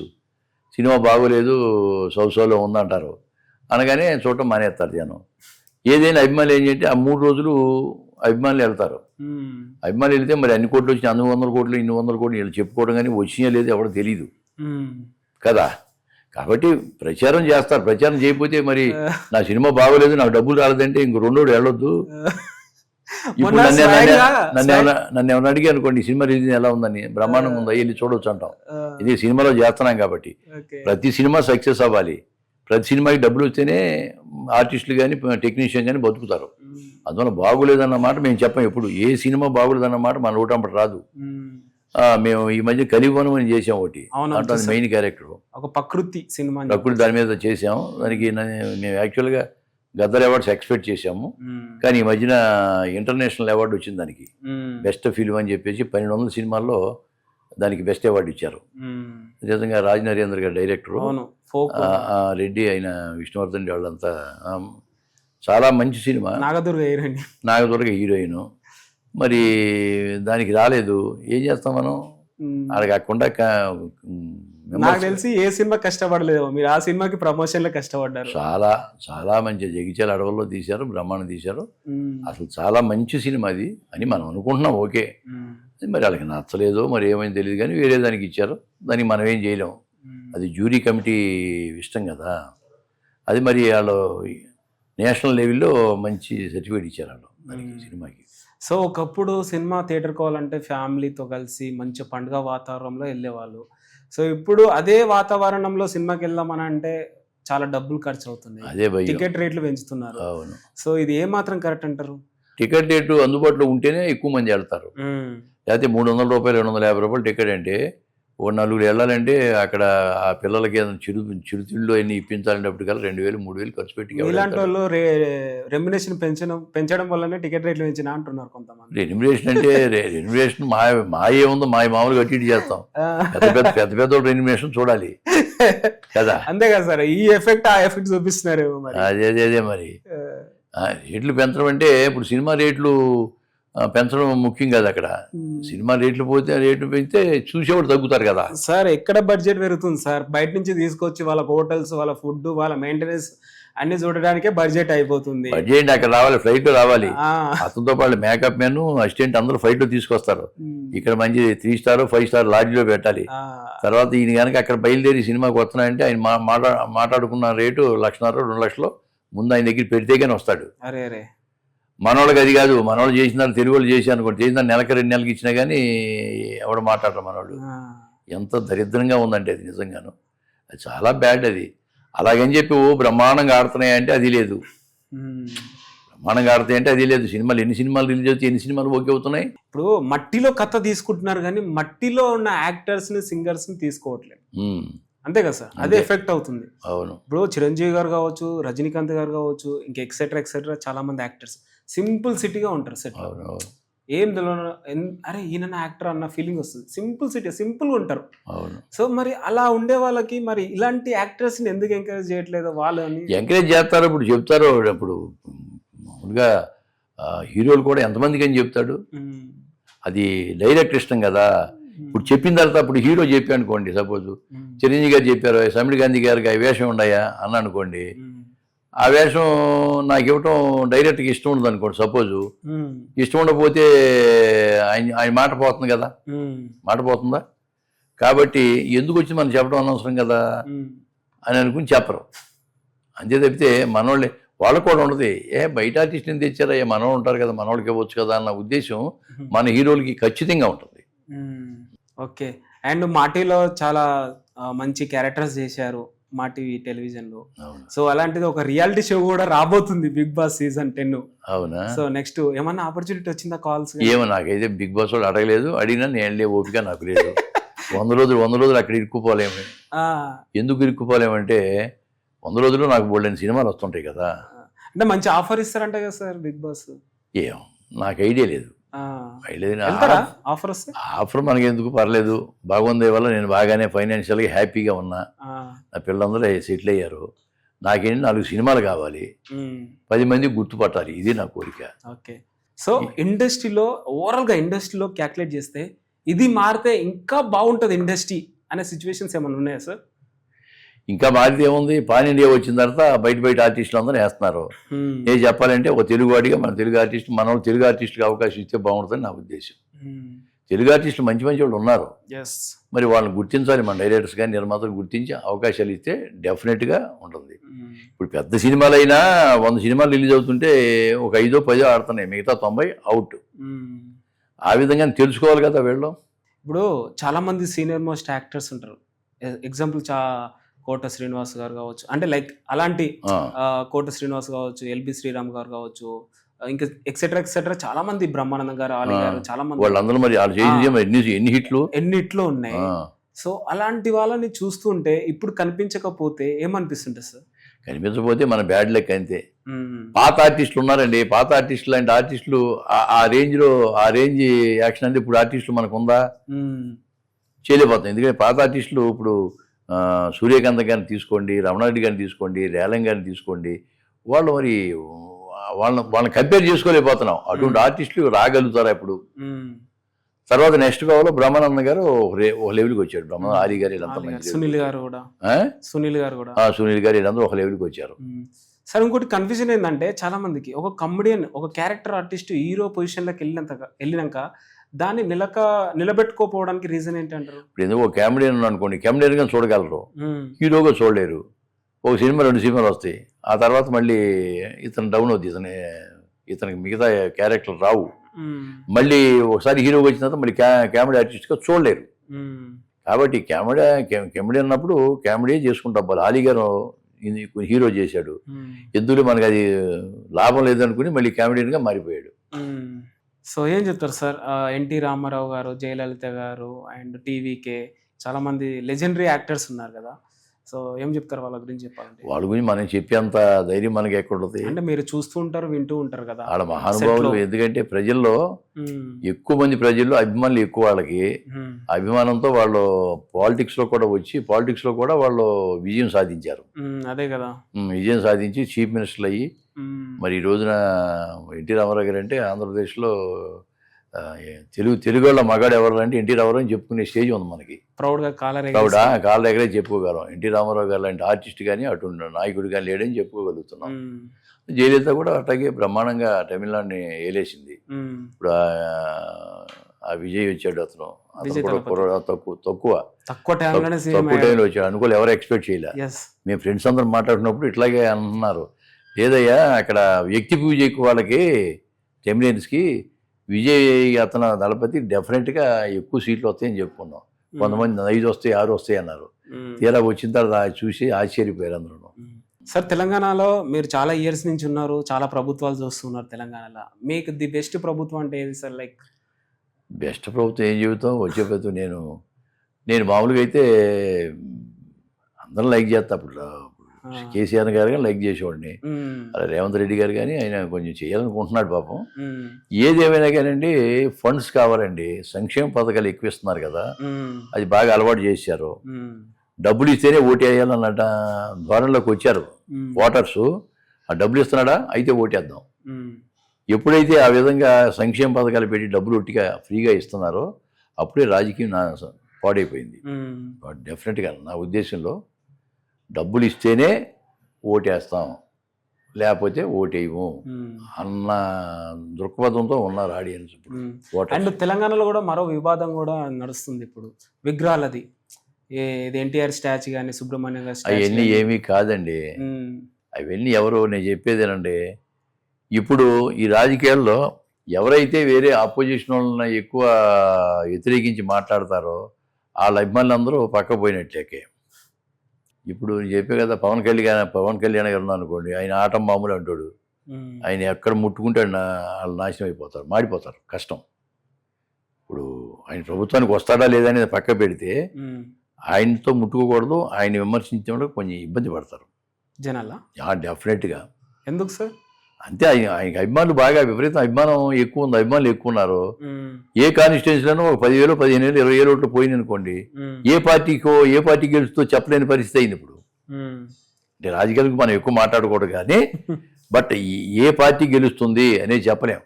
అటు కాంగ్రెస్ భయపడుతుంది, అటు టీఆర్ఎస్ భయపడుతుంది కదా. అది అనవసరంగా కెలగటం అనవసరం కదా. అతనికి ఒక అభిమానులు ఉన్నారు కదా, ఒక అభిమాన బృందం ఉంది అతనికి. వాళ్ళు పిచ్చిగా వేస్తారు, పిచ్చిగాను. ఆయన అంటే పిచ్చి అంతే జనాలకి. ఇప్పుడు అక్కడ కూడా అంతే, మొట్టమొదటి ఎప్పుడో నిలబడ్డాడు ఆయన 2014లో. నిలబడితే అసలు ఒకటి కూడా గెలవలే. ఆయన నిలబడి 2 చోట్ల కూడా గెలవలేకపోయాడు. మరి తర్వాత ఏం చేశాడు, అదే నీతికి నిలబడ్డాడు. ఆయన కొంచెం ప్రజలకి, పేదవాళ్ళకి సాయం చేసుకుంటా, అట్లా రైతులు సాయం చేసుకుంటా అలాగే గడుపుతూ వచ్చాడు. తర్వాత నిలబడినప్పుడు 100% గెలిచాడు కదా. ప్రజల మనోభావాలకి ఏంటంటే వాళ్ళ అనువుగా మనం నడుచుకున్నప్పుడే రాజకీయాలు నిలబడగలుగుతాడు కదా. సో జీవితంలో ఎప్పుడన్నా బాధపడిన సిచ్యువేషన్స్ ఉన్నాయా సార్ మీరు? నేను ఎప్పుడు బాధపడలేదు సార్. మా మిసెస్ చనిపోయినప్పుడు బాధపడ్డా అంతే, చిన్న వయసులో చనిపోయిందని. కాకపోతే ఆవిడకి అనారోగ్యం 25 yearsలోనే ఆవిడకి బీపీ షుగర్ అన్నీ వచ్చేసినాయి. ఇంకొక సార్ ఈ చిన్న ఏజ్లోనే ఇలాంటి ప్రాబ్లమ్స్ రావడానికి ఏంటి, మనం తినే తిండి అనుకోవచ్చు, లేదా హెరిడిటీ అనుకోవచ్చు, రకరకాలు చెప్పలేం. ఆవిడ చనిపోయిన తర్వాత రేపు ఒంటరి బండి అయిపోయినా అనుకున్నాం. కానీ మా బంధువులు ఒక ఆవిడ పాపం వండి పెట్టకు వచ్చింది, ముసలావిడ. ఆవిడ వండి పెడతా ఉంటే నేను ఈ వేళకి 4 మెతులు తినేసి ఈ షూటింగ్లు అంటూ తిరుగుతుంటాను సరదాగా. పిల్లలందరూ సెటిల్ అయ్యారు కాబట్టి హ్యాపీగా. సమెట గాంధీ గారు ఇప్పుడు ఫైనాన్షియల్గా సెట్, ఫైనాన్షియల్గా ఓకే. ఫ్రెండ్స్ మంచి ఫ్రెండ్స్ ఉన్నారు, వాకింగ్ ఫ్రెండ్స్, వాళ్ళతో కాలక్షేపం అయిపోతూ ఉంటుంది. అండ్ ఇప్పుడు ఏముంది, ఇప్పుడు 76 సంవత్సరాలు వచ్చింది. ఈయన కాళ్ళు దాచు కూర్చున్నాం, భగవంతుడు ఎప్పుడు తీసుకెళ్తాడని చూస్తూ ఉంటాం. రోజు మొక్కునేది ఏంటంటే రాత్రిపూట సరదాగా మాట్లాడుకుంటే తెల్లారి లేవకూడదు, ఇంకా అలా ఉండాలి, మంచాన్ని పడకుండా. అది నా కోరిక. ఓకే, చాలా విషయాలు చెప్పారు సార్, చాలా నేర్చుకోవచ్చు మీ మాటల ద్వారా. చాలా లెజెండరీ వ్యక్తుల గురించి కూడా మంచిగా చెప్పారు. సో ఇప్పుడున్న జనరేషన్కి మీరు చెప్పాలంటే ఏం చెప్తారు సార్? ఇప్పుడున్న జనరేషన్ ఒకటి చెప్తున్నాం, ప్రతి వాళ్ళ దగ్గర సిన్సియారిటీ ఉండాలి, టైం పంక్చువాలిటీ ఉండాలి, అంతేకాదు పట్టుదల ఉండాలి. పట్టుదల ఉండగానే సరిపోదు, పట్టుదల ఇంట్లో కూర్చుంటే కుదరదు కదా, కృషి ఉండాలి. సిన్సియారిటీ, టైం పంక్చువాలిటీ, పట్టుదల, కృషి ఉంటే ఎవరైనా పైకి వస్తారు. ఇప్పుడు ఉన్న యువత కూడా లవ్, డ్రింకింగ్, డ్రగ్స్ అనేది కూడా కొంచెం అడిక్ట్ అవుతున్నారు కదా. ఇప్పుడు యువకుల్లో లవ్ అనేది మామూలే, ఆ వయసు అటు ఉంటుంది కాబట్టి లవ్ అనేది మామూలే. కొంతమంది సూసైడ్ చేసుకుంటారు. అది సన్మార్గంలో వెళ్తే పర్లేదు, అది మామూలుగా వేరే దొడ్డిదాని పోతే ప్రాబ్లమే కదా. ఇది లివింగ్ రిలేషన్స్ ఇవి కొత్తగా వచ్చినాయి ఈ మధ్యలో. అసలు ఆ ఫ్రీడమ్ అనేది లేదంటారు. ఫ్రీడమ్ ఇవ్వడం వల్ల ఇలాంటి సిచ్యువేషన్స్ వస్తున్నాయి. ఏం చెప్తారు సార్? ఫ్రీడమ్ ఉంది, ఫ్రీడమ్ తీసుకుంటున్నారు వాళ్ళు. ఫ్రీడమ్ తల్లిదండ్రులు ఇవ్వసలా, వాళ్ళే ఫ్రీడమ్ తీసుకుని వాళ్ళు ఇష్టం వచ్చినట్టు బిహేవ్ చేస్తున్నారు. అది తప్పు కదా. ఎవరు నిర్లక్ష్యం ఉండొచ్చు అంటారు ఇట్లా? తప్పు. ఎవరు నిర్లక్ష్యం అంటే వాళ్ళదే, ఎవరు సెల్ఫ్ నిర్లక్ష్యం అంటే ఎవరిదాడిదే కదా. ఇప్పుడు నేను తాగుతాను, తందనాడుతాను, రోజు తాగి దుల్లాడుతానంటే దానికి ఎవడేం చేస్తాడు? కర్మ అనుభవించరా బాబు. ఇప్పుడు నీ జీవితకాలం భగవంతుడు రాసిన వయసును కూడా వీళ్ళు ఖండిస్తున్నారు. ఎందుకంటే భగవంతుడు ఒక 80 సంవత్సరాలు రాసి ఉంటాడు. వీడికి అలవాట్లు చేసుకుని జోదం తాగుడు పెట్టి అటు తిరిగి ఇటు తిరిగి అమ్మాయిలకి తిరిగి అది చేసి నాశనం అయిపోతున్నారు. 40 సంవత్సరాలుగా పోతున్నారు. చాలా మంది లెజెండరీ కూడా బ్రహ్మముహూర్తంలో లేస్తారని వింటూ ఉంటాం. ఏది బ్రహ్మముహూర్తంలో? అదే పొద్దుగల లేసి పూజలు చేసి చెయ్యాలి. అది ఇప్పుడు ఏముందో, రాత్రి 12-1 గంట వరకు ఈ సెల్ ఫోన్ చూసుకుంటా కూర్చుంటారు. యూట్యూబ్లో అయ్యా నేను దరిద్రం అంతాను. లేచే 12 గంటలు లేస్తారు, 11 గంటలు లేచి టిఫిన్ చేస్తే ఇప్పుడు ఆరోగ్యం ఎందుకు బాగుపడుతుంది? ఇప్పుడున్న జనరేషన్ చాలా అప్డేట్ వర్షన్స్ వస్తున్నాయి కదా సార్. ఈ ఏఐ కావచ్చు, ఈ కల్చర్ కావచ్చు, ఇదంతా సో ఎలాంటి దారి తీసుకోబోతామని మీరు అనుకుంటున్నారు సార్? ఇదంతా అంటే ఒక్క సెల్ ఫోన్, ఇప్పుడు సెల్ ఫోన్ వచ్చిన తర్వాత ఏమైంది? సెల్ ఫోన్ వచ్చిన తర్వాత మొత్తం పోయింది. ఇదివరకు మామూలుగా ట్రంకాళ్ళు ఉండే, ఇప్పుడు 2 నిమిషాల్లో మామూలుగా అమెరికా మాట్లాడుతున్నాం. ఫోటో కావాలంటే గబుక్కుని సెల్ఫీ ఉండని చెప్పి ఒక సెల్ఫీ తీసేసుకుంటున్నారు. ఎన్నో దీనివల్ల క్యాలిక్యులేటర్ పోయింది, కెమెరా పోయింది, రకరకాల ఇది వచ్చిన తర్వాత చాలా ఉన్నాయి. దీనివల్ల చాలా ఉపయోగాలు ఉన్నాయి. అలాగే చెడు అలవాట్లు కూడా పోవడానికి అవకాశం ఉంది ఇప్పుడు దీంతో. రేపు 15 సంవత్సరాలు 14 సంవత్సరాల పిల్లలకి ఆ సెల్ ఫోన్ కొనిస్తే వాడు ఏం చూస్తాడు? రామాయణం భాగవతం చూస్తాడా? దాంట్లో అశ్లీలమైన ఇవి చూస్తాడు, అశ్లీలంగా ఉండే వీడియోలు అవి చూస్తాడు. దాంతో అప్పటి నుంచే వాడికి పడద్దు, అది బ్యాడ్ అంటే చెడు మార్గంలోకి వెళ్ళిపోతున్నాడు. చిన్న వయసులోనే సైట్ రావడం, హెల్త్ ప్రాబ్లమ్స్ రావడం ఫోన్ వల్లనే. అవును. ఇప్పుడు మేమున్నాం, పొద్దున్న 5 గంటలు లేస్తాం, 5:30 పార్క్ వెళ్ళిపోతాం వాకింగ్. అవును. పొద్దున్న ఈవినింగ్ కూడా 1 గంట తిరుగుతాము. మరి మనం ఏమి తినాలి ఏం తినకూడదు ఒక పద్ధతి ప్రకారం తీసుకుంటాము. తీసుకోబట్టి హెల్త్ ఇంతవరకు బాగుంది కదా. అదే ఉదాహరణ, ఇంకేం లేదు. ఎవరికైతే బాడీకి ఎక్సర్సైజ్ లేదో వాడు హెల్త్ తొందరగా ఖరాబ్ అవుద్ది. Thank you sir. And finally Sammeta Gandhi గారికి ఇండస్ట్రీ నుంచి ఎలాంటి సపోర్ట్ ఉంది? బ్యాక్ బోన్ అంటే ఎవరు ఇండస్ట్రీలో? బ్యాక్ బోన్ అంటే ఏం లేదు, అంతా బ్యాక్ బోన్ మొత్తం మా గురుగారు విజేంద్ర ప్రసాద్ గారు ముద్రేసి వదిలేశాడు. తర్వాత ఇప్పుడు నిజంగా నాకు రచయితలు కానీ, దర్శకులు కానీ, నిర్మాతలు కానీ, నిర్మాణ సంస్థలు కానీ, తోటి నటీనటులు, అలాగే సాంకేతిక నిపుణులు అందరూ కూడా నన్ను బాగా ఎంకరేజ్ చేస్తున్నారు. అన్నిటికంటే ముఖ్యంగా ప్రేక్షక దేవుళ్ళు ఎక్కడ చూసినా నన్ను ఆదరిస్తారు. వీళ్ళందరికీ కూడా నాకు హృదయపూర్వక నమస్కారాలు తెలియజేస్తూ మీ ఛానల్ ద్వారా వాళ్ళకి పాదాభివందనం చేస్తున్నాను. Thank you sir. అండ్ ఫైనల్గా ఈ అవార్డ్స్, మీకు నంది అవార్డ్స్ వచ్చినాయి, ఇంకా ఎక్సెట్రా చాలా అవార్డ్స్ వచ్చినాయి. ఒక్కసారి ఇంటి నిండా అవార్డ్స్ ఉన్నాయి, ఒకసారి మీరు ఎక్స్ప్లెయిన్ చేస్తారా లేకపోతే మా కెమెరామ్యాన్ మీరు మామూలుగా ఫోటోలు తీసుకోండి, ఎన్నైనా ఎక్స్ప్లెయిన్ చేస్తాం. సార్ అది ఎక్కడ తీస్తారా? కిరణ్ కుమార్ రెడ్డి గారితో కిరణ్ కుమార్ రెడ్డి గారు, అమితాబ్ బచ్చన్ గారు రాజన్న సినిమాకి ఇచ్చారు ఓ రాజు ఉగాది రోజున. అమితాబ్ బచ్చన్ గారు, అమితాబ్ బచ్చన్ గారు లెజెండ్ ఆయన ఇవ్వటం అనేది నాకు చాలా ఆనందం. పక్కన కిరణ్ కుమార్ రెడ్డి గారు, డికే అరుణ్ గారు, అప్పుడు సినిమాటోగ్రఫీ మంత్రి ఆవిడ. Okay okay, thank you sir, చాలా విషయాలు చెప్పారు. Right, okay, thank you. మరొకసారి మీ ఛానల్లో ద్వారా మా అందరికీ హృదయపూర్వక నమస్కారాలు తెలియజేస్తున్నాను.